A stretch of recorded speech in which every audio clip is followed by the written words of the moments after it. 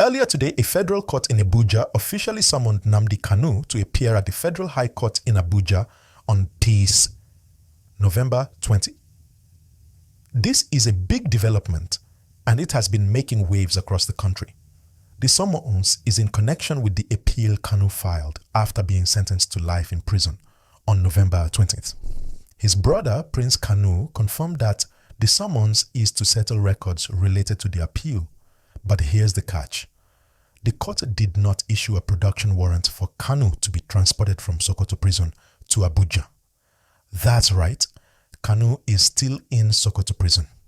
His legal team was hoping that the court would grant the production warrant so he could appear in person in Abuja for the appeal, but it looks like they're going to have to figure out another way to move forward. Now, let me break it down a bit for you. For those who don't know, Nnamdi Kanu is the leader of IPOB, Indigenous People of Biafra, a group that has been calling for the independence of the southeastern region of Nigeria. His case has been one of the most talked about in Nigeria for years. Kanu was arrested again earlier this year, and since then, his trial has been closely followed by people on both sides of the debate. Let's take it back to November 20th when Kanu was sentenced. A federal court found him guilty of terrorism-related charges, and he was handed a life sentence.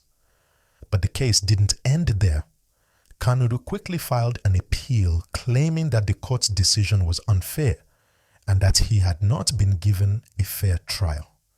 The court was supposed to meet on November 25th to sort out the records related to that appeal.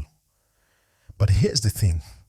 Kanu's been held in Sokoto, far away from the courts in Abuja, after being moved from the security service detention in Abuja. Now, his legal team has raised concerns about how they are going to be able to handle the appeal process if Kanu can't be transported to Abuja. They feel like this move to Sokoto is a strategy to limit his ability to challenge the case. The whole situation is raising a lot of questions. A lot of people are asking if this is just a technicality or if there's something more to it. Kanu's family is worried about his safety, claiming that being held in Sokoto instead of Abuja is risky and could affect his health. His brother, Prince Kanu, went so far as to say that the government is trying to kill Nnamdi Kanu by keeping him in Sokoto, and they believe this is part of a larger political strategy. It's not just about the trial anymore. It's about the conditions of his detention and whether he'll be able to access justice.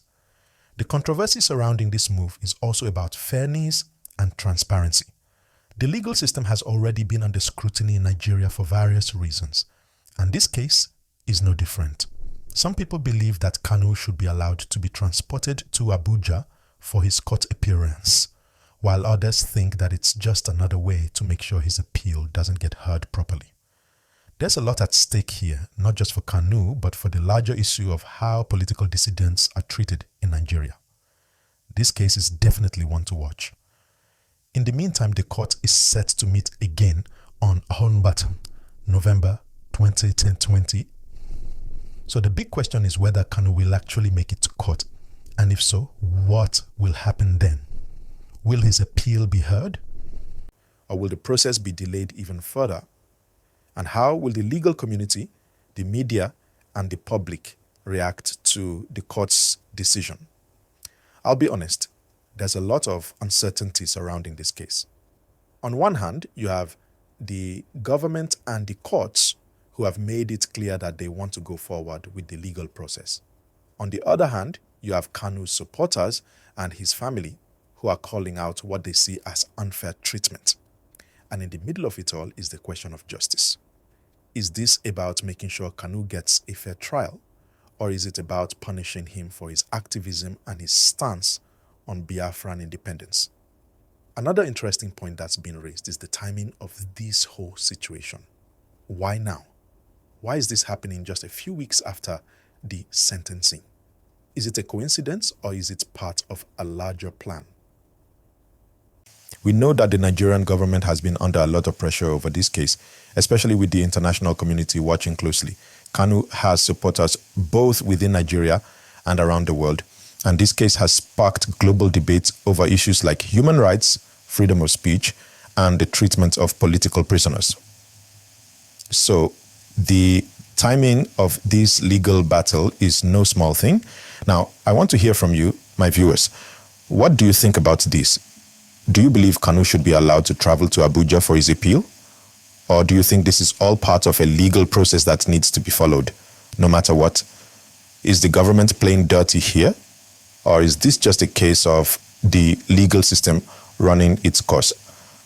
I'd love to hear your thoughts in the comments. And while you're at it, don't forget to like this video and subscribe so you don't miss any updates. This is a developing story, and I'll be following it closely, bringing you the latest as it unfolds. So stay tuned and let's keep the conversation going. Now, we know that this story is not just about one man. Nnamdi Kanu's case represents something much larger. It's about freedom of expression, political activism, and whether or not dissent is allowed in a democracy. His fight is one that many see as symbolic, not just for his own future, but for the future of Nigeria as a whole. It's about the right to speak out, to protest, and to challenge the government without fear of punishment. So as we wait for the next steps in this case, it's important to keep in mind that the outcome of this trial could affect how political activists are treated in Nigeria for years to come. What do you think the next step will be? Will Kanu's legal team find a way to get him to court, or will this case drag on even longer? Drop your thoughts in the comments below, and let's keep the discussion going.